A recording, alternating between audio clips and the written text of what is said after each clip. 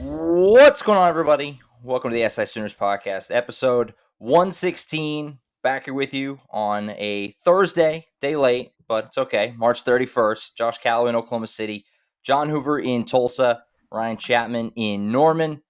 Guys, how are we doing? Doing good, hopefully, as we move into April here. Spring game approaching, moving right through the spring. Yeah, man, we like to podcast on Wednesday. We like to bring it to you on the same day every week. But guys, we're doing this on Thursday because we're bringing you high quality content out of Norman, Oklahoma on Wednesday. Dillon Gabriel finally got to talk yesterday, so and I say finally got to talk. It was his first opportunity to be presented to the media, man, and he kind of knocked it out of the park. Very cool, very collected. I was impressed, and I kind of get the idea that there's a reason why his teammates gravitate toward him. Is he's got that kind of magnetic personality, that kind of Joe Cool mentality. Let's see if that translates on the football field, huh? John, you don't have to lie. We held it a day so I could celebrate the U.S. punching their ticket to Qatar. Well, and we're busy with press conferences on Wednesday. So you want the hot content, or you want us to speculate with, hey, we hear Dillon Gabriel's going to talk, then we couldn't unpack the controversial statements from Cale Gundy about Jeff Lebby. Ooh, yeah, absolutely. You can catch me. I'm 2026 World Cup. This one's in the middle of football season. Yeah, it's gonna be tough, man. It's gonna be tough. This is just let the youth play, and hopefully we have a good time. My eyes are on 2026. So yeah, it's been busy times. Spring ball continues to roll on. Like Hoof said, we got to see or hear from Dillon Gabriel yesterday, which was obviously cool. We were supposed to get him in the first week, but then he had a class conflict, so they bumped him a week. But we got him yesterday. And that's where I want to start because he's the big man on the team right now. People were really excited to see him yesterday. It was when the fans knew that Dillon Gabriel was going to talk, it was immediate like, when's the video, when's the press conference going to be posted? And it's there on allsooners.com if you want to go watch it. It is there for you. You got the very first question, Dillon Gabriel, ever as quarterback of Oklahoma. So you had a few – you've had the last Lincoln Riley question and the first Dillon Gabriel question. You've had some milestone questions. The first one from the podium. From the podium, yeah, from public for a press conference. So I guess that's just a way to start. I mean, you already kind of touched on it a little bit, but just impressions of Dillon Gabriel. I mean, I'm with you in terms of very kind of relaxed. He's not going to be Baker Mayfield soundbite guy. Kyler Murray, I'm not a fan of Stillwater. He's not going to say anything like that. He's very reserved. I think he's going to feel pretty good about throwing him up at the podium all season long. But at the same time, well-spoken, clearly a leader, all that good stuff. It was a good first 15 minutes or however much it was with Mr. Gabriel. Yeah, I appreciated his answer to my question, which was about leadership and why guys follow him. But I really appreciated his answer about Norman, Oklahoma being a little bit like Hawaii. He said it's bigger than you think, but it's smaller than you think. I love the traffic here. There's no traffic. I can go out and eat. There's lots of good restaurants. This shows that he's just an everyday kind of guy. He doesn't carry this pretense that I'm the quarterback and I'm Mr. Fancy and I'm Mr. 5-star and I've got to do this, this, and this. And I want my temperature set at 73.6 degrees and my water set at 36.8 degrees. He's just a guy. He's just like, what do you got? Let's do this. I'm the quarterback. Sure. Let's go. Let's come in and run some Jeff Lebby plays. Yeah. And you kind of touched on his demeanor. I also thought it was interesting. So we've heard from the receivers, from the linemen, everyone we've talked to, that he's a huge asset as far as getting everyone lined up. This is how this works in this system. This is how that works in that system. But we'd also heard, Jeff Lebby say, the goal is to always be evolving. I'm different than I was my first year at UCF to year 2 at Ole Miss, all that stuff. So I was interested to kind of, pick Gabriel's brain a little bit and be like, how different is it? And he gave the standard line of, yes, you're always evolving, stuff like that. But I think you kind of got the impression that as far as the nuts and bolts and 90% of what they're going to do, it's not all that different, which just shows you. We've talked to Brent Venables about the install and how he's like, you have an aggressive thing on paper and then reality sets in. You kind of have to work with that. Having a guy like Dillon Gabriel, the leadership he brings on the field, off the field that we've heard about, plus just his knowledge, the ins and outs of what Jeff Lebby wants out of this offense. I think that it's much more realistic. Jeff Lebby's timeline of aggressively wanting to have this thing installed because you have that voice in the room, and I think Gabriel just kind of backed that up as well with his initial comments from the podium. So that was kind of what I found fascinating. On top of just his overall calm, cool, and collected demeanor, we've heard that he doesn't get phased by anything. You see why? Just kind of his approach to life, that it's easy going and it'll all get there.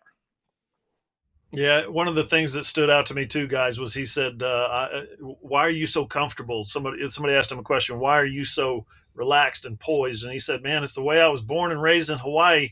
Never been one to fake it. Continue to be myself with these guys. Something I heard about Oklahoma is they'll pick out a fake right away. So I am who I am." I mean, that right there makes everybody in Oklahoma. I don't care if you're Oklahoma State fan, Oklahoma fan, Tulsa fan, or a Roberts fan, doesn't matter. When somebody comes into your state and says, "Yeah, I heard Oklahomans can pick out a fake, so I'm just going to be who I am," they love you instantly. They love you immediately. You're one of them now. Absolutely. So it was, good first impression, certainly with Mr. Gabriel. Excited to get to hear him more, in the time ahead. I assume we probably won't get him again in the spring, but I assume we will definitely will after the spring game.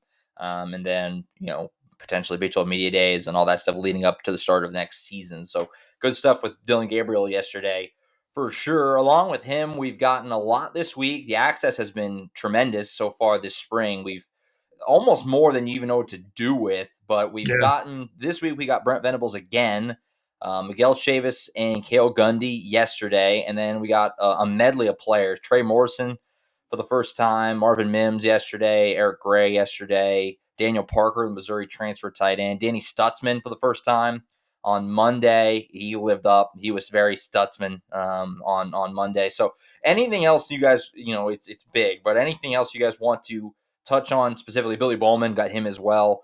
He had some interesting comments about this return game. There's lots to pick through. So anything that jumped out to you from this week?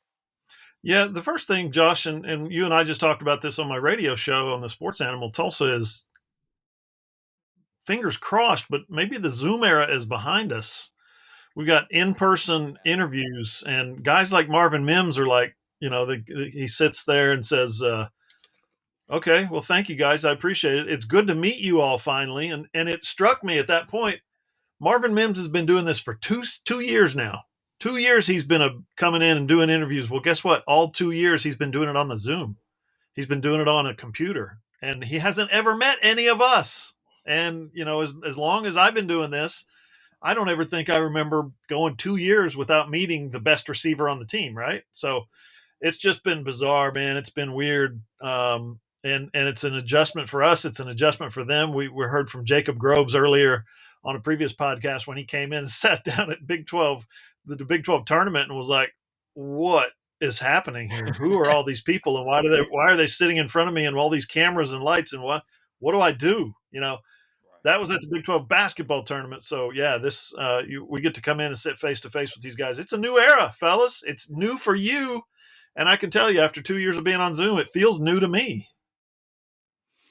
Yeah, that was the big panic for me. Was day one, we didn't have the trusty Hoove in the back pocket as he was up in Tulsa having to take care of radio show stuff. And I was like, I don't have enough recorders to have two tables going on at the same time. What is happening? All that stuff. But no, it's an appreciation.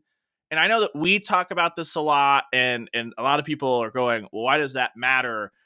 Like Josh said, it's such a different scenario when you have 15 minutes on Zoom and we have to go one at a time and we can't play off each other. That was really interesting. Let's do a quick follow-up. The amount of content you get from a guy in 15 minutes just sitting at a table in front of 10 reporters is double or triple what you get normally. And I'm just excited that for the first time since coming aboard here with you, Hoove, that I feel like we're going to be able to do a much better job of telling the story, basically what's happening after a game. But just, hey, Eric Gray had a season last year where it was the highs, the lows, and it's not exactly what he expected, but we got some great stuff from him. I'll have that coming here on Friday. We get to talk to these guys and kind of dig into, okay, what's some of the other stuff that's happening with a coaching change going on that normally if you only have one question on Zoom, I'm not worried about asking this one question, but if I can just hop in 2 seconds and Deshaun White can give us some extra insight on, oh, you've got Brent Venables and Ted Roof, you've got 2 linebackers coach. Like, what's that like now? It's more well-rounded. I'm excited just what we can kind of bring to you guys as far as getting to know these players and this coaching staff a lot better. Definitely, yeah. It's great getting to talk to these guys in person. It's so much more natural, and this the one at a time regimented Zoom system. It just flows quicker. It's better in a lot of ways. So hopefully, we've turned the corner for good on that front, and we can continue to get these guys in person. Obviously, all throughout the season ahead, and for forever. Moving forward, don't ever go back. Hopefully. If we can avoid it. No more pandemics if we can. I want to touch on something that Billy Bowman said. I briefly mentioned it there. He had an interesting comment. People ran with it on Monday where he talked about, first off, let me backtrack a little bit. At the open practice, Billy Bowman was working in the punt return game, which is interesting in and of itself. The fact that Billy Bowman's back there, it was him and Marvin Mims and Drake Stoops were kind of like the main guys. Had some other guys back there, RSJ and I think Eric and who else? Eric Gray maybe was returning some punts as well. But Billy Bowman's back there getting work at it. Of course, we got to see practice, and so he was then asked about it, and he said, well, I'm excited because we're actually allowed to return kicks. And this is something that we have talked about a ton on this show. We did our special teams report card series. I think we all gave them a D- or an F because they just didn't have return game. And Billy Bowman confirmed that. He said basically they weren't allowed to return kicks. They just that was just a don't return them, just fair catch it. He's excited to do that. Interesting comments, certainly, from Billy Bowman, kind of reinforcing something that we've complained about going back, to the back end of last season. Yeah, and like Ryan said, I got the last question to Lincoln Riley as the OU head coach. It was about special teams, having a special teams coordinator, because their special teams performance against Oklahoma State in the season finale was such a disaster. You have a guy returning punts, and one of the reasons he probably doesn't know this is because you don't let him return punts. But he goes back to the 10-yard line, puts his heels on the 10-yard line. They punt it deep into the 1 or the 2, and he runs back there and tries to catch it. I think it was Eric Gray. It was a disaster. It ended up an Oklahoma State touchdown.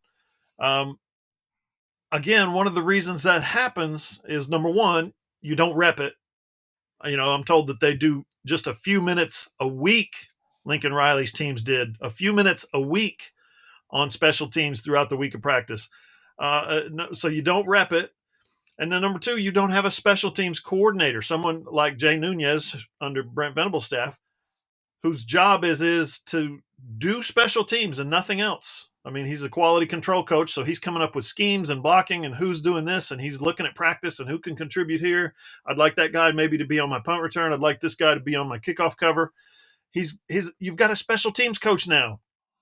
So those things are not necessarily, I mean, listen, mistakes happen, everybody makes them, but they're not going to be endemic of a system that doesn't have a special teams coordinator. They're not going to reflect that you have poor special teams because your analytics determine it's safer if we go back and just fair catch all these punts or don't touch them at all. It's safer if we fair catch the kickoffs and get the ball at the 25-yard line. And by safer, I mean, I'm Lincoln Riley, the offensive genius. I'm going to score on every possession.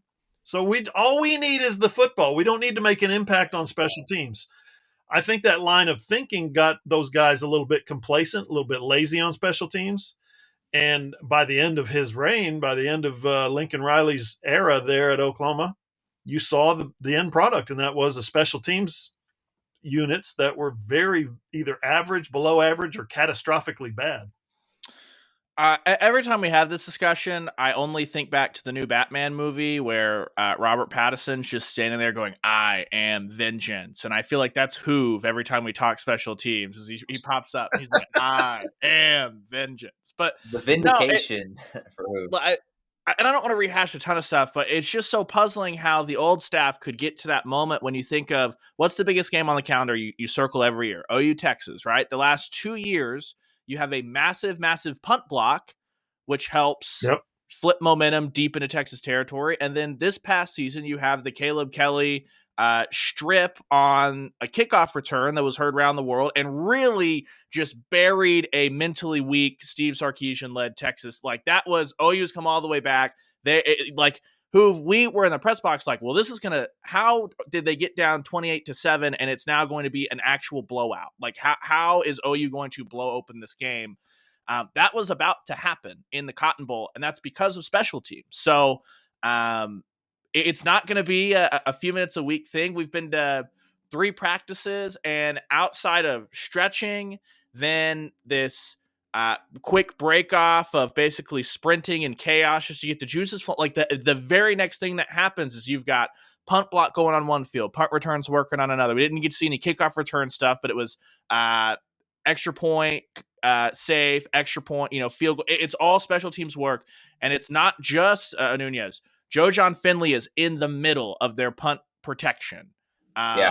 Todd Bates and Miguel Chavis are right in the middle of punt block, field goal block. They're the ones coaching up their guys that have to play on that side of the ball. It's an all hands on deck effort. It's a holistic effort, if you will, to make sure that every aspect of the game is looked after under this new staff.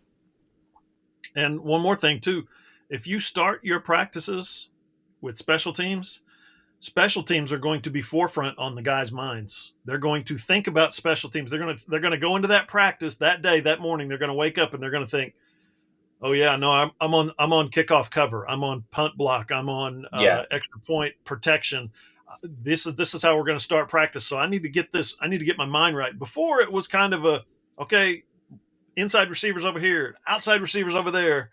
And, oh, hey, 15 minutes, we're going to do punt return. So let's everybody get ready for that. No, this is more of a wake up, have breakfast, stretch, do your dynamic warm up, and go do special teams. And that's got to be more, reparative of the whole, coaches for years and years and years, guys, generations have taught us what?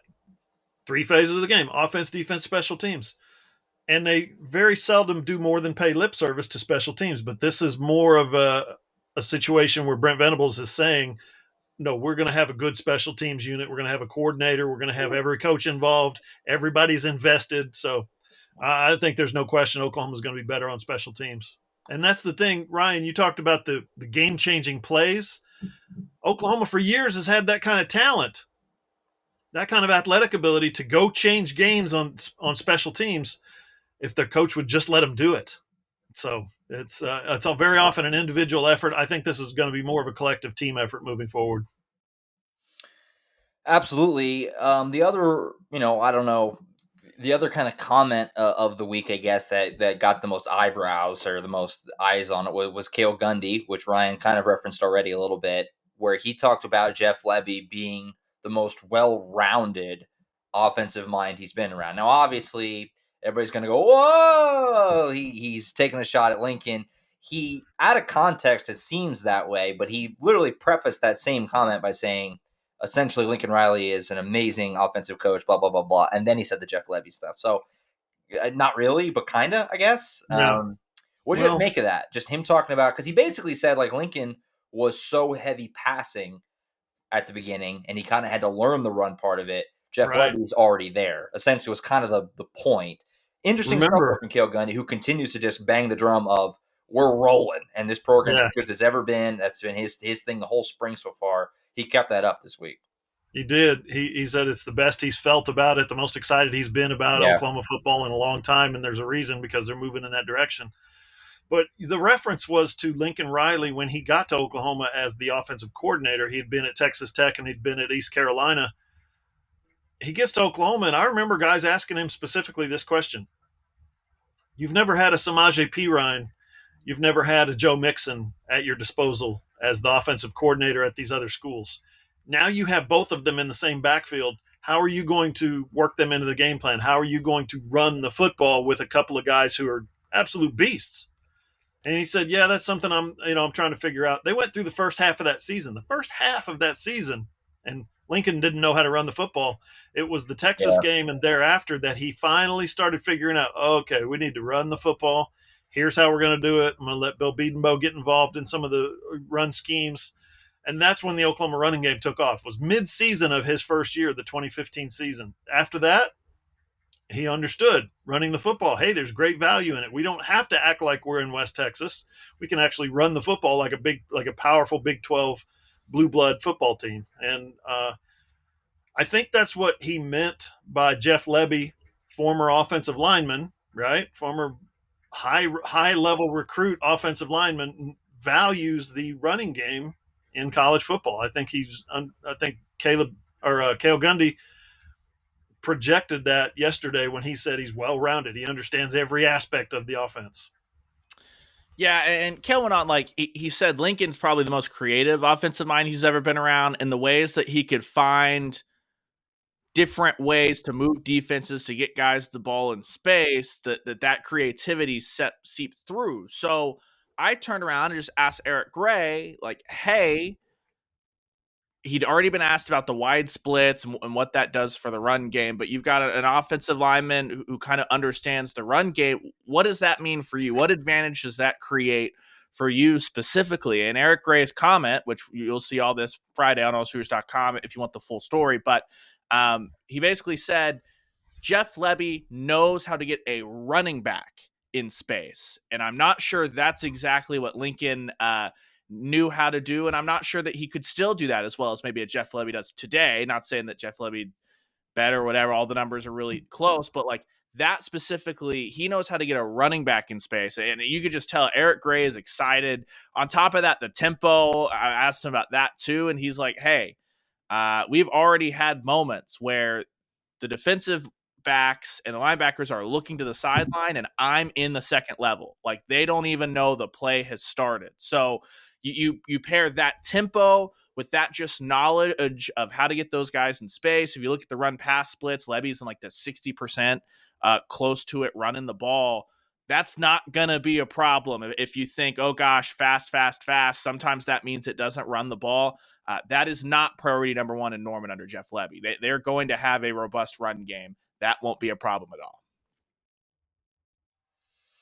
So, yeah, lots from this week, obviously, and it's a lot there for you on allsooners.com. A lot more coming. Going to get more guys next week. It's kind of just a revolving door of access and stuff. Got to love it.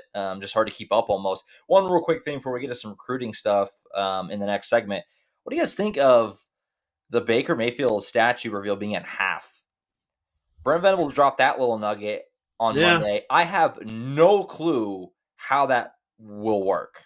How does that make any sense? How are they going to clear the stadium out for that?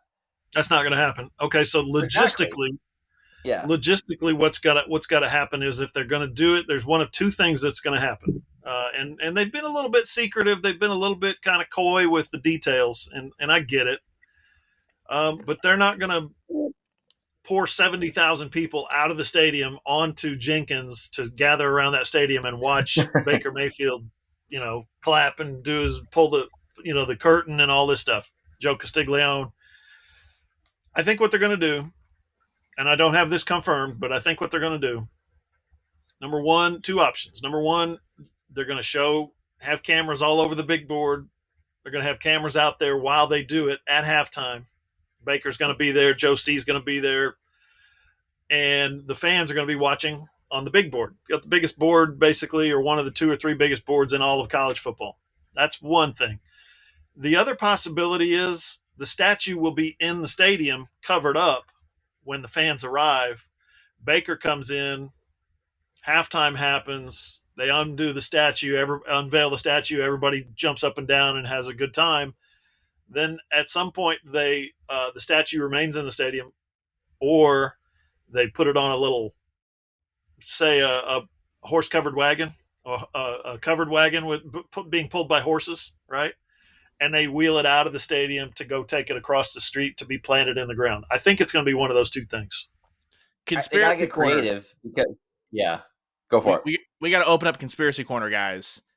If you have a covered statue sitting on Jenkins and the covering is in the shape of maybe a flag being planted, everyone's going to flip their lid, but there's no surprise. If you keep the statue under wraps in the stadium, wheel it out at halftime like Hoove said. Then you can get the best of both worlds as the crowd just gets to go nuts for Baker Mayfield, who this fan base is looking to go a little bit extra nuts to help him, show him that support as the Browns are just screwing him over in the NFL right now.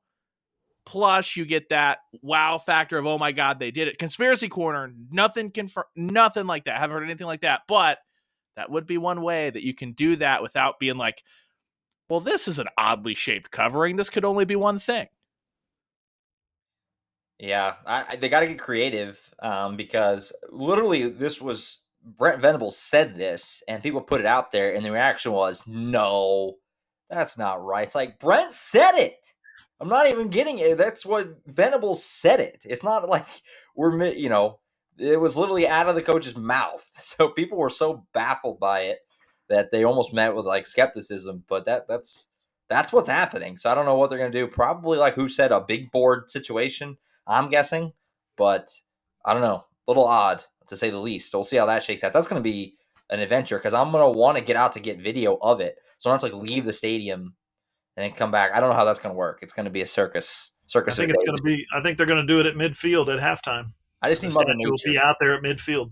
I need Mother Nature to be cool. Just be cool for once. Yeah, be cool for sure. Please be cool. So we'll see how that goes. But anyway, got lots of recruiting stuff to get to. So we're going to take a break here. We're going to come back.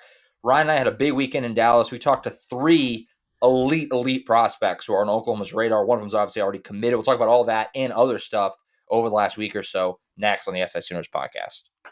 What's up, guys? It's Kerry with Trade Pros here. We've got a brand new service program coming out this year. It's the new All-Star Service Program. It's only $25 a month. The great thing about it is it's going to save you guys a ton of money throughout the year. Furnace and air conditioning repairs can be very expensive. If you guys need a service call and you're signed up with us, you're not going to have to pay that service charge. The repair is under $500. Trade Pros is going to take care of that as well. Anything over that, you guys are just going to be responsible for 25% of that. Go give us a like on Facebook. Check us out at tradeprosokc.com or give us a call at 405-639-9991. On Twitter, you can follow SI Sooners at @all_Sooners. Ryan's at Radios Ryan. John's at John E. Hoover. I'm at Josh N. Callaway. Our website is allsooners.com. We're a Fan Nation affiliate, part of the Sports Illustrated Network. All right, segment 2. Got a lot of recruiting things to get to. Like I said, Ryan and I were in Dallas over the weekend, got horribly sunburned. It was like mid-90s and just blazing, no cloud cover sun the entire weekend. I'm just now getting over it, kind of. Like, it's Wednesday. I showered this morning, and for the first time, it didn't really hurt. So, progress on that front. Ryan and I, we talked to 3 elite prospects, and we'll get into that in just a minute. I want to start, though, with the most recent piece of news, which is Lebby Overton. We've talked about before. If you're not familiar with him, 5-star defensive lineman, reclassified. He was a 2024 guy. He moved up a year to 23. Actually, flipped that. He was 23 and moved up to 22. He's being chased. Oklahoma thought they had a good shot at him, and he's announcing on Friday, which is bad news for Oklahoma because he hasn't visited yet. So that would imply that he does not, that would certainly seem to make you believe that Oklahoma is not in good shape. Tough blow here if they can't land him. Doesn't seem like he is. Seems like Texas A&M is the favorite. This is an elite, big-time prospect that Oklahoma thought they had a shot at. Who you had the stories on allsooners.com. A tough miss here for Oklahoma if this is how it goes. It is a tough miss because he's an OU legacy. His dad played here, Milton Overton. This is it hurts in a number of ways for Oklahoma because, number one, they had him scheduled for a visit on April 23rd, which is the biggest recruiting weekend of the year outside of maybe the barbecue, and that is the spring game. They were going to bring him in on the spring game, and they were going to show him, look, 70,000 people love you. Come to our place. It was going to be his first time at Oklahoma with the coaching staff in place. He visited last September, when Lincoln Riley and his guys were here coaching. So it's a little bit unnerving when I think it spells it out pretty clear when he comes back from College Station, right? That's his 3rd visit. He's visited Oregon and he's visited Georgia. He's from Alpharetta, Georgia, so he's a Southern kid. but he visits those two, and then he comes back from his visit against at Texas A&M, and immediately says, "Okay, I'm ready to announce. I had my visits," and it's like, okay, Oklahoma's on the outside looking in on that one. I'm told that it's probably more than likely 99.999% that Texas A&M has won this battle. We'll find out Friday. I think it's on ESPN2. But we'll move on from that one because it's one that Oklahoma really wanted. He's a game-changing type defensive tackle, 5-star defensive tackle, the number 1 overall recruit in the 23 class, reclassifies to 22, and he's the number 17 recruit in the class in front of him. That's how good he is. It has now been, if they don't get one, which they won't in 22, but if they don't get one, it'll be 13 years since Oklahoma's landed a 5-star defensive tackle. You guys remember Jamarcus McFarland? 5-star defensive tackle. So yeah. Those are the game-changing talents, guys. I looked at the numbers yesterday, and we all know Alabama's number 1 in the country in signing 5-stars since 2000. They have 63. Oklahoma ranks on that list, number of 5-stars signed since 2000. Oklahoma ranks 13th. They have 25. Now they're ahead of a bunch of teams, but they're behind a lot of teams too that you would think, them? Really? Those guys are ahead of Oklahoma. So Oklahoma's got to get these 5-stars. They've got to get them. You know who's tied with Alabama? This will blow your mind. This blew my mind. I said it on the radio today to Sam Mays. Blew his mind. Who's tied right now since 2000 for the most 5-stars in all of college football? Texas? Any guesses? Texas or LSU Tennessee. would be my guess. Texas or Tennessee, maybe. How about USC? 63 5-stars have signed with the Trojans since 2000. Most of those early in the century. Yes, I'll give you that. That is surprising. Yeah. That's shocking. 63 tied with Alabama. That's mind-blowing. And some of those have signed with, since Lincoln Riley's been there. So we know if you think about it, that's one of the reasons why he went to USC. Sign more 5-stars, have a better chance to win a national title with more 5-stars. The fascinating thing with Overton will always be if this staff had a year on what would have been his normal recruiting timeline, if they had had a whole year to put stuff on tape, to chase him, not saying it would be any different, but does he make it into that top 3? Because his mother gave an interview that basically said those 3 schools he's visited, Oregon, Georgia, A&M, that's his top 3, which makes sense. It's just interesting to see how close Oklahoma could have gotten because, look, there's a bunch of other targets on the board. The only question is going to be how much proving does Brent Venables have to do at Oklahoma, if at all? Is it just enough for him to be Brent Venables back at Oklahoma? Are recruits going to have to sit and wait for a couple of years? That's just what fascinates me. And, of course, we can never know that with the reclassification. Yeah, and real quick, Ryan, a follow-up on that point is he knows Todd Bates because he was recruited by him at Clemson. He knows Brent Venables because he was recruited by him at Clemson. He has a relationship with these guys. I'm sure Ted Roof was at some point involved in knowing who Lebby Overton was. So it's interesting that he already knows these coaches and has a history with them personally, being recruited by them, and yet Oklahoma's on the outside looking in. I really thought that was going to give Oklahoma a good shot at landing him, and I guess it's him reclassifying maybe something that hurts him. Another small update before we get into Ryan and I's weekend in Dallas. 4-star offensive lineman Bryson Sanders put out his top 4. Was that just yesterday or the day before? This week has been kind of a hazy one. But either way, earlier this week, top 4, Oklahoma included. Tennessee kid. I'd be absolutely lying if I told you I knew a lot about Bryson and what he brings to the table. Ryan, you wrote the story on him on allstars.com, so let you kind of run point here. Obviously, a potential splash pickup here in the 23 class on that offensive line if they could find a way to get him. Yeah, it's interesting because depending on where you look, he's classified as either an interior offensive lineman or an offensive tackle. Yeah. Two services have him listed very different, which to me says that's exactly the Bill Bedenbaugh type of guy, right? Someone that has that positional versatility to play guard, tackle all the way across the line. I was talking to John Garcia, our national recruiting director at SIL American, earlier this weekend, and he said one of the feathers in the cap that Bedenbaugh always has when recruiting these guys is that his system is so symmetric that you're not just pigeonholed into playing left tackle or left guard. Like if you can kick over and play that, it opens up the competition, which is something that he spoke to. He also spoke to his relationship with Jeff Lebby. Ole Miss is in there. So obviously he's someone that had been recruited by Jeff Lebby before. So you've got those two guys. We just talked about it, right? Jeff Lebby, former offensive lineman, plus Bill Bedenbaugh.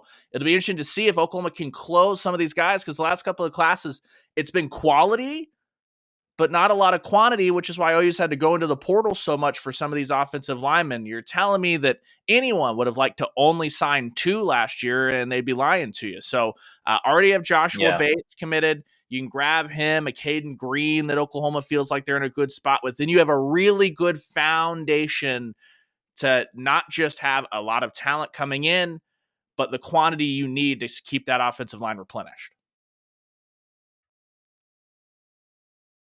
Anything you want to add there, Hoof? No, I'm kind of like you on that one, Josh. It's like I haven't seen a whole lot of highlights, haven't seen a whole lot of tape, but yeah, what Ryan said is right. The fact that he is purported to play both inside and outside positions is something Bill Bedenbaugh exactly fits his profile. We'll go ahead and jump into the weekend that Ryan and I had in Dallas. I mentioned we talked to 3 elite prospects. We'll take them one at a time here. We'll start with Anthony Hill, who we talked about on this show before. If you're unfamiliar, dude's a beast, straight beast, number 1 linebacker. He's a number, depends on where you look, but number 10, 11, 12 player, period, in the 23 class. He's a monster. He was down at Battle 77 over the weekend. Ron and I caught up with him. He had the story on allstars.com. There's also some highlights there in an interview that we had with him at the Battle 77, which was a scene, by the way. I was not prepared for the scene that thing was. Pylon was like very straightforward. It was 1 field, 2 games. Battle had 8 games going on at one time. There's a guy on a DJ on the mic, just like pumping up the crowd. It was huge. It was like the fair. It was a giant scene. So that was a different thing. But Anthony Hill was there. We caught up with him. Gave some interesting comments about, Oklahoma, where Oklahoma stands. OU's currently in his top 6. Didn't seem to be in much of a rush to narrow it down or commit. Sounds like he's taking his time. He said he plans to beat the spring game, which, like you said, is a huge recruiting weekend. So some interesting things from Anthony Hill, over the weekend. Yeah, so his top 6: Oklahoma, Texas A&M, the local powers. Then you've got USC, Alabama, Miami. We gave him plenty of opportunity to talk about every single schools. We were kind of doing that interview for us, but also helping other people out in the network. And I thought it was really fascinating that he by far spoke the most about Oklahoma. So I don't want to read too much into that. Some of these high-profile kids, they understand if you introduce yourself as, hey, we're Ryan and Josh and we cover Oklahoma, they're only going to talk about Oklahoma with you.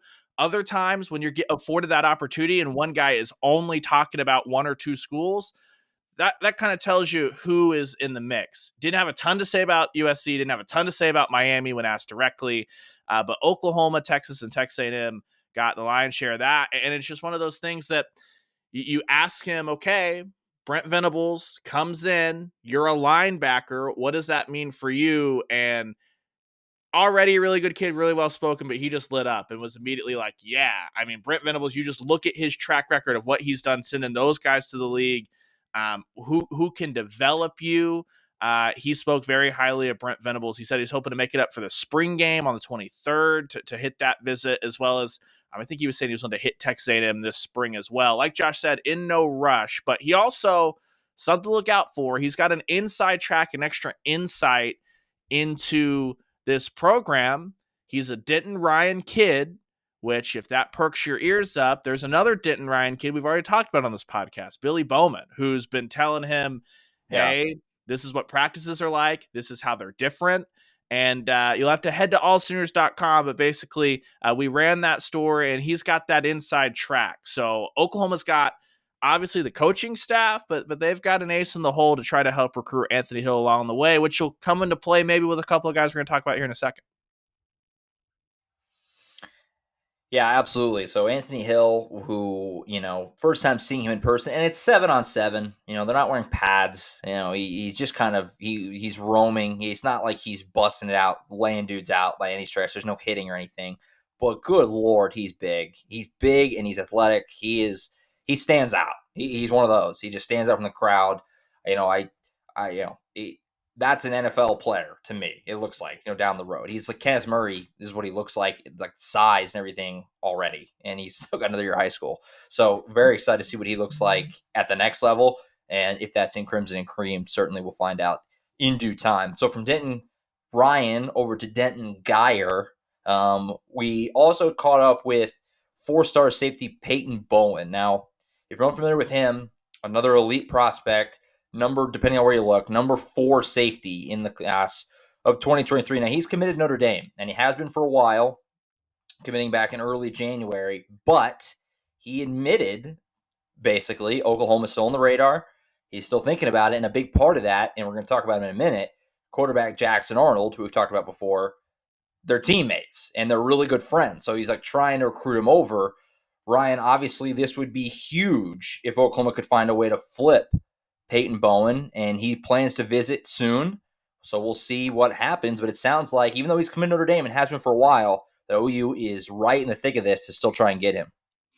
Yeah, he's a guy that we talked to him on Saturday. So on Saturday, he had said that his plan was to come up and visit Oklahoma this week, catch one of those midweek practices, be an attendee, look how that goes. But guys, he gave a really interesting analogy for a guy that has been committed as long as he had. He basically said, of course, I'm still looking at other schools. You want to keep your options open. Like Jackson Arnold said, not similar. He just said that he's still talking to other schools. You never know what happens. So just in case something wild happens, Lebby leaves, something like that. But Peyton Bowen was like, it's like you're in the talking stage with a girl. Like, you're not dating them yet, but you want to make sure that you don't make a snap decision and tie yourself down too early without really getting to know anyone, which is just really interesting for a guy that's been committed for that long. He talked about how he is incredibly close with Jackson Arnold. Like we said, at one point he said that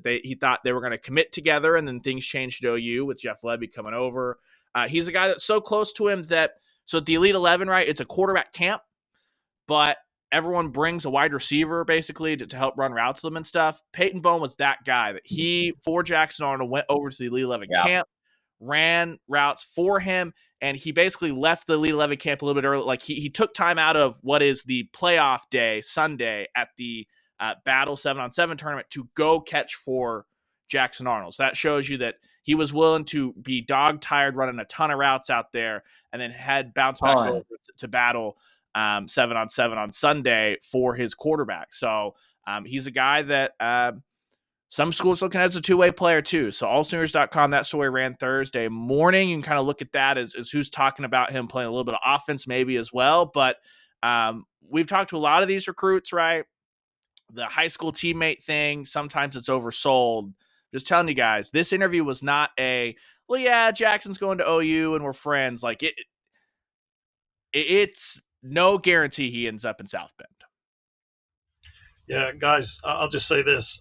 It would not surprise me at all if we see a flip in the coming days, weeks, from Peyton Bowen from Notre Dame to Oklahoma.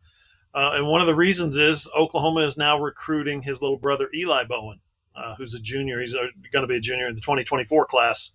So as they build that relationship, Peyton is assessing things. You got the Jackson Arnold thing, obviously, on one side, and then you've got the little brother thing on the other side. Plus, he loves Oklahoma. There's no question. So, Sooners could be getting some good news at some point in the near future. That's not a prediction or a proclamation or a crystal ball or a forecast or anything like that. It's just I'm starting to get the feeling that he's looking strongly at Oklahoma. For sure. And, the Jackson Arnold thing, it's not that they're just teammates. They're very close, which is what Ryan was saying. They're like best friends. What did Jackson Arnold tell our own John Garcia at SI? Ryan, it was like, we can watch movies together. Like he was like so like they want That's he the like pitch. That's they're the like pitch. besties. They can Yeah, room like they're together. Yeah. really close. Bunk beds. So There's yeah, so much room don't for activities.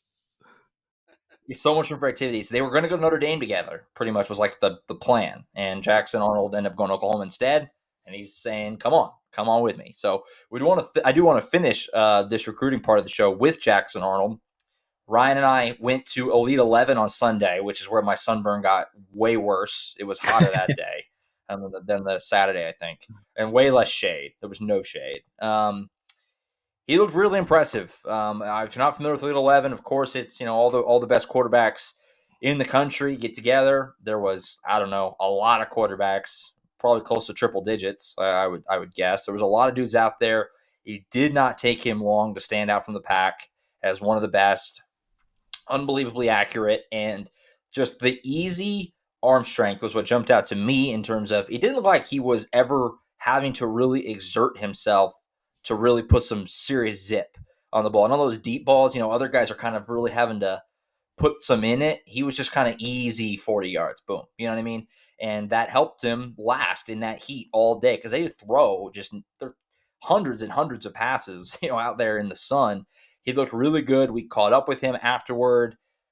Great kid. It was fun to get to chat with him for a few minutes. And it looks like, Oklahoma certainly has a future star, future NFL quarterback potentially in Jackson Arnold here down the road.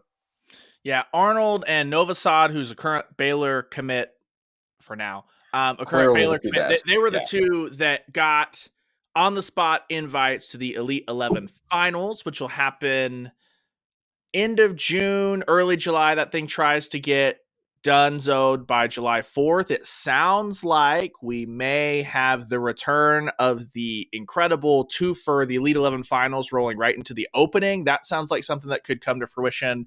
Fingers crossed. Hoove, I'd like to go to Portland in June. I'll just put that up I'll fire that up the line. But no,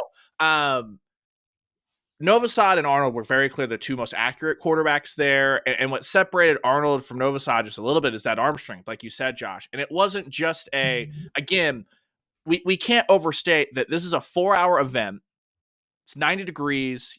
It's literally a line of like 15 guys, and it's boom, boom, boom, boom, boom. Like you are throwing the whole time. Roll through that line, take a quick coaching point. You're throwing hundreds of passes.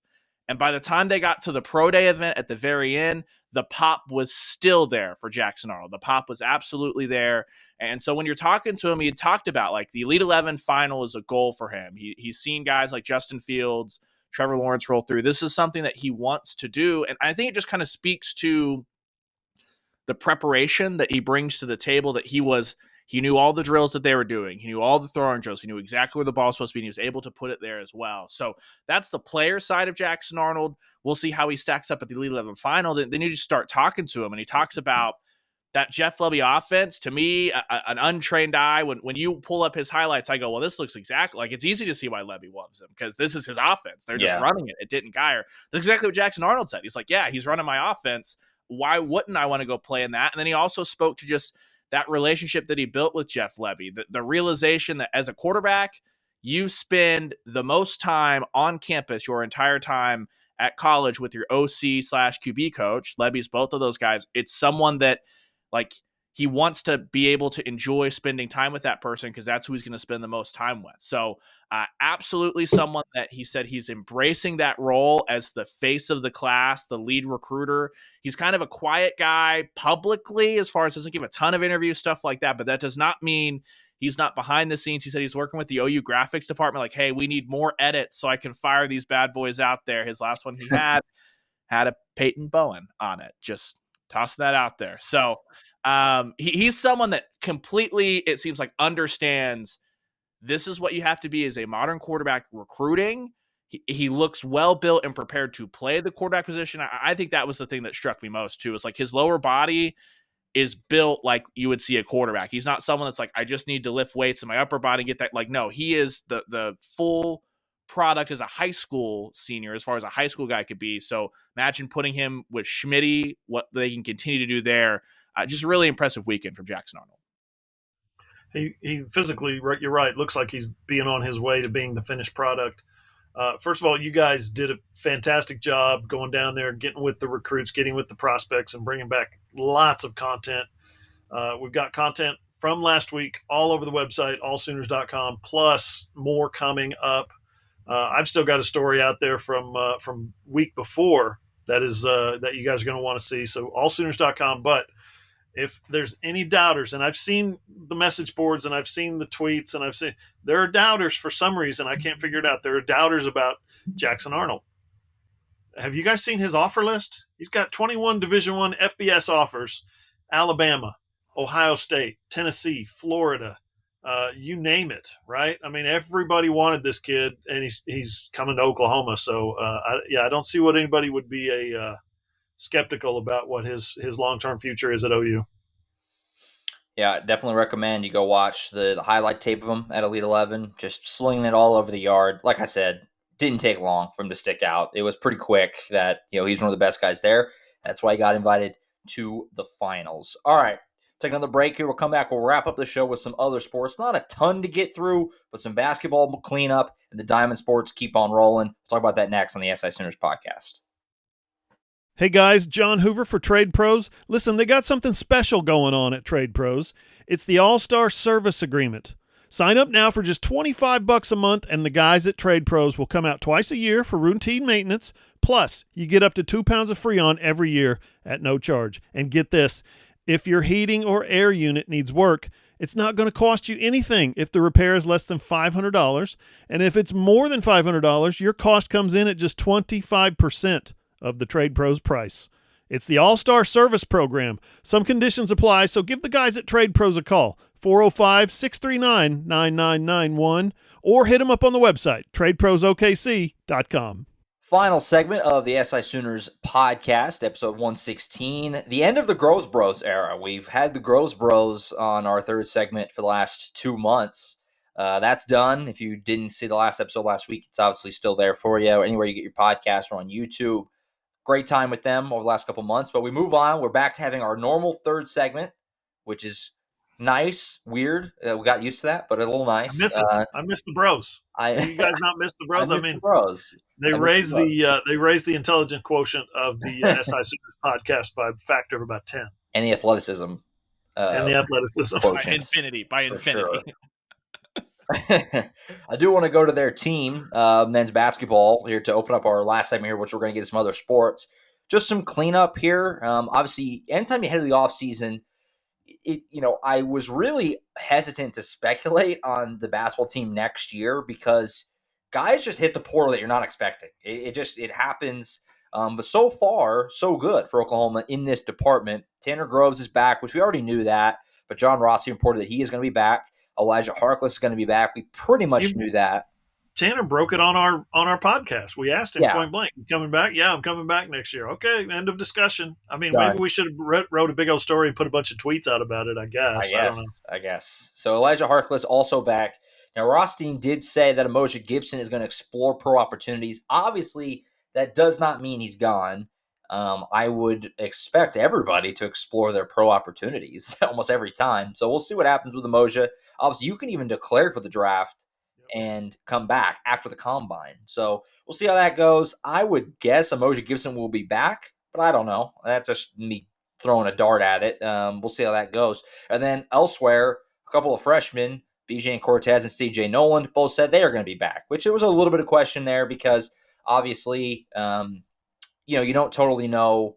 They weren't recruited by Porter, right? They were recruited by Lon Kruger. They decided to give the Moser experience a year. Maybe after the year they decide, they weren't about it. But obviously, per Bob Prisbillo, who's a friend of ours at Sooner Scoop, that they are both going to be back. So we don't know about Alston Mason yet.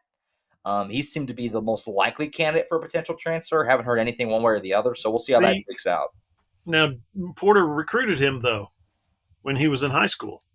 Yeah, so I would think he would be of the three. He would be the most likely to stay. It's weird to project. I guess. He had the least amount of playing time in Big 12 play, but he's of the three freshmen, he's the Porter recruit. It's weird to make heads or tails of any of that.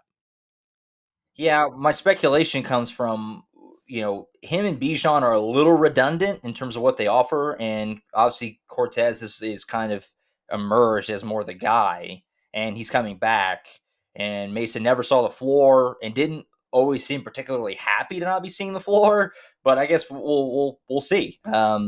It seemed to me that he was one of the more likely candidates. But, obviously we haven't heard anything one way or the other just yet. But elsewhere, obviously, they got Harkless back. Groves Bros are coming back. We already knew that. So we'll see what they look like. It seems like, for the most part, though, they're going to be bringing back most of the cavalry. Yeah, it'll be interesting because they need a big. They do. So if a roster spot comes open and they have to go portal hopping, they need one. But we also, from the Groves Bros, you find out that all these transfers, they couldn't get on campus till basically the summer, right? So Porter Moser didn't even have spring workouts or anything like that to work with this team. So it'll be interesting to see just how much growth can they make based off of actually getting a full year under Porter Moser versus how much more extra talent do they need to add to get to that next level, because they clearly were just this close to making the NCAA tournament this year anyway. So is that much progression from them going to be enough, or is losing Goldwire, losing Shagwell, losing Johnson, they need more talent coming in? They obviously got 3 freshmen coming in. It'll be interesting to watch. I just think on the Gibson point real quick, I'm actually looking at overseas opportunities, because for me, unless Gibson wants to play point guard this year, which he was kind of run as the backup point guard behind Goldwire, if you want to go pro overseas, I don't know what another year would show differently based off what he is. And maybe you just start making money now. He might just love college and come back another year. He might be dead set on staying in the U.S. I don't know any of those things. That's just what I'm looking at. I'd be more worried about losing him to overseas pro ball than the G League or the NBA draft, personally. Ryan, you cover the Thunder quite a bit. Does he strike you as a guy who could become a G League, join the G League, and then get a 10-day contract and then get his foot in the door and on an NBA team somewhere and maybe stick or hop around at least under an NBA contract? I think he's just too small. I think he's just too small. In the G League, there's a lot of you take a shot on a guy that has a lot more size. Look at what the Thunder did. Lindy Waters, right? He's not an out guard. He's got some shooting pop, but what does he have? He has the size. I don't think Umoja Gibson's going to be big enough, just tall enough to make it as one of those guys. Whereas at that size, with his skill set, he could go overseas and have a very lucrative career with some scoring pop, because we've just seen that happen a ton. Ryan, did you shed a little bit of a tear last night with that Lindy Waters, Trae Young, Norman North? That was awesome. That was amazing. Was it? Was it amazing? Yes, it was amazing. They were the two high scores, too. Lindy dropped 25 and Trae had 40. I mean, there's a lot of revisionist history going around. There are 2 guys that couldn't coexist to win a state title on the same team. If just watch Trae Young answer those questions, it wasn't oh my God, Lindy, he's back. They did the happy. Norman North Twitter made the rounds. At the end of the day, I don't want to poo-poo on the Lindy Waters experience, but he's a 2-way contract on one of the worst rosters in the league. Look at what Moses Brown did. He's in the same spot last year. I'm sorry. They didn't win anything at Norman North. You're right, but that doesn't diminish what happened last night. 2 guys from the same high school, same team, growing up on the same youth league team, playing in an NBA game. One of them was guarding the other. I thought it was brilliant. It was the most fun I've had watching a Thunder game all year. Well, I think that's an indictment of Thunder more than anything else. Yeah, they were getting assaulted for a while. They actually made it pretty respectable at the end. In that first half, they gave up 85. Thunder record in the first half. Thunder record. Period. Any half. Tough. 85. Pretty crazy. It's tough scene. All right, we'll wrap up here real quick with some Diamond Sports. I do this every time. I don't know what to say about the softball team. They just keep winning. They did come as close to losing as they have all year. They were down to their last out against Baylor on Sunday. Ryan and I were keeping up with it while we're at Elite 11 with Jackson Arnold. And it's wow, they're down to their last out. They're going to lose. No, single homer. They win. And then they roll Wichita State on Tuesday. The beat goes on. Is it 30-0 or 31-0 at this point? 30-0. 30-0 this season, 32 straight total dating back to last year. So there you go. They're dominating. I mean, anything you guys want to add there? I mean, it's they're doing their thing. Yeah. Shout out to shout out to Ross. We've added to our roster with a student by the name of Ross, Ross Lovelace is covering helping us cover the teams. So he was at the game. He was at the Baylor game. We got it covered. He got to witness it. It was pretty amazing. It seemed pretty almost unlikely. And listen, I've said it before, they're going to lose a game. Oklahoma softball is not going to go undefeated. But then you hear somebody like Lauren Chamberlain say, no, I think they can do it. I don't think they can do it. I'm calling my shot. I think they're going to go undefeated, she said. So I don't think it's going to happen. I think obviously, and it's not a big deal if they do lose. They lost, 4 games last year, and it wasn't the end of the world, was it? They came back and won the national title. That's how you do it. Win your last game. Don't worry about number 32 in a row or 35 in a row or 40 in a row. Just win your last game. Win your last 2 of your last 3, I should say, the way this thing's set up. So Ryan has got a column up at allsooners.com you guys need to read. It's about, well, I'll let you tell it, Ryan. It's about how Patty views perfection. Yeah, so a lot of the talk has been about that Baylor game, right? Second time this year, Tennessee's the other one that OU's down to their last out and ends up just hitting a walk-off home run.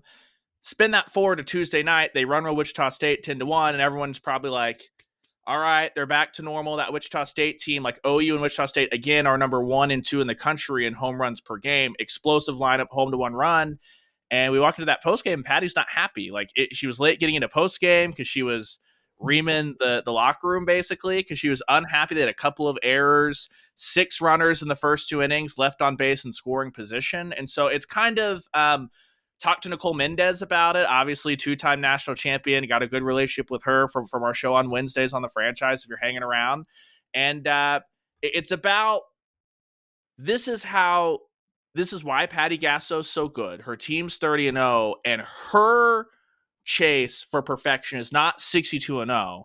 It's her chase for this is my standard. This is what Oklahoma softball looks like. And if you're winning 40-0, if you lose 1-0, if you play up to the standard, I'm happy. And if you don't, we've got to fix that. So a lot of great insight that Patty Gasso shared after that game. A great story from Nicole Mendez that kind of speaks to that. That's on allsooners.com right now. I would really recommend going to look at it because I think it's a great insight into why this softball machine keeps rolling. Ryan, real quick, how do you view this year's pitching staff compared to last year's? Because Giselle Juarez finished so unbelievably strong in the series last year. They don't have necessarily that this year, do they? Pitching-wise, they don't have that clutch veteran who's been there and overcome some real difficulties in her career, but they've got these young, hot, talented, super talented arms. Maybe Hope Troutwine fits that bill this year. Yeah, it's interesting because the problem during the regular season and through regional play was the inconsistency from the pitching staff. Jordy Ball's been unbelievable. Hope, that senior person, but she hasn't done it at this level. Clearly, this will have to, John, think it'll have to be a revisionist history one way or the other. Either they're able to continue to pitch like this through the World Series, and this is what gives them the chance, like Lauren Chamberlain said, to go unbeaten because, okay, if Hope's having a bad day, bring in Jordy Ball, no one's going to stop 2 of those pitchers. But if no one rises to the challenge at the series and puts in those gems like Giselle Juarez, if they don't win it, then it'll be great regular season formula, but you didn't win the big one. That's what Patty Gasso said. Going 62-0 doesn't matter if you don't win an Natty. So it'll be interesting. But right now, I like this pitching staff a lot more. I think it's more well-rounded. Real tiny baseball update here before we wrap up. Just, good win on Tuesday, beat Oklahoma State and Tulsa, conquer some demons there. After that kind of a rough sequence, they took 2 out of 3 from Baylor. They won on Tuesday against Oklahoma State. So a nice little sequence here, 3 of the last 4. And now they get for this massive weekend against Texas at Globe Life Field. If you can, the way I look at it, they play Oklahoma State in Stillwater next weekend. Just 3 out of 6. 3 out of 6 is a win. So getting 3 out of 6, that would help that's a net positive on your RPI for sure. So it's going to be an important couple of weeks for the baseball team here coming up with Texas and then Oklahoma State next weekend, and Texas Tech coming up after that. So huge couple of weeks for the baseball team. Yeah, right. Josh, Yeah. I asked you about it on the show today. 8 out of 9, a stretch of 8 out of 9 where you're playing top 10 teams. What would be successful for you? You say 3 out of 6. When we talk about 9, what would be a successful run? 4 wins out of that run? Yeah, I mean, I think when you throw in the Texas Tech game, the fact they already won on Tuesday, that's 8 games against really good teams. So 4 out of 8, I think, is a net positive overall, and that helps you. At the end when you come to tournament resume, that helps you. Throw in that Oral Roberts game, if you can win that, you're in good shape. So we'll see what happens. Texas has got Big guys weekend. that are leading the nation in some offensive categories, though. Texas can absolutely rake. I mean, can they win 2 out of 3 there? If it was at home, I'd say yes. In global life, probably not, which is why the series being moved is strange. Giving up competitive, in this season for, monetary gain for down the road, I guess. So that's the sacrifice they're willing to make. We'll see how it shakes out. But anywho, that's it for us. Another good show. We'll keep things rolling. We'll be back. Who's not going to be with us next week? Is it LASIK? Is that lens replacement surgery? So okay? Yeah. Eye surgery. So Eye it'll surgery, just be that's Ryan and I next week. No rules. We'll try to get back on a more normal. We'll try. No more glasses. No rules. We'll try and get back on a more normal schedule. We'll see though. But we're talking to guys next Wednesday again. So just look for the show. It'll be out there at some point middle of next week. But thank you so much for listening. Be sure to catch obviously next week's show and all the SI Sooners podcasts on iTunes, Spotify, Google, iHeart, or wherever you get your podcasts. If you have an Amazon-enabled device, just say, Alexa, play the SI Sooners podcast. It's also posted on our website, allsooners.com. Click on the player list on your phone, your tablet, or your computer, and, of course, catch the video version over on Hoover's YouTube page, John Hoover Media. Like, subscribe, comment, all that good stuff, all there for you on YouTube and on the website, allsooners.com. So for Ryan Chapman and John Hoover, I'm Josh Callaway. We'll catch you guys next time. You guys don't forget to wear shorts next week.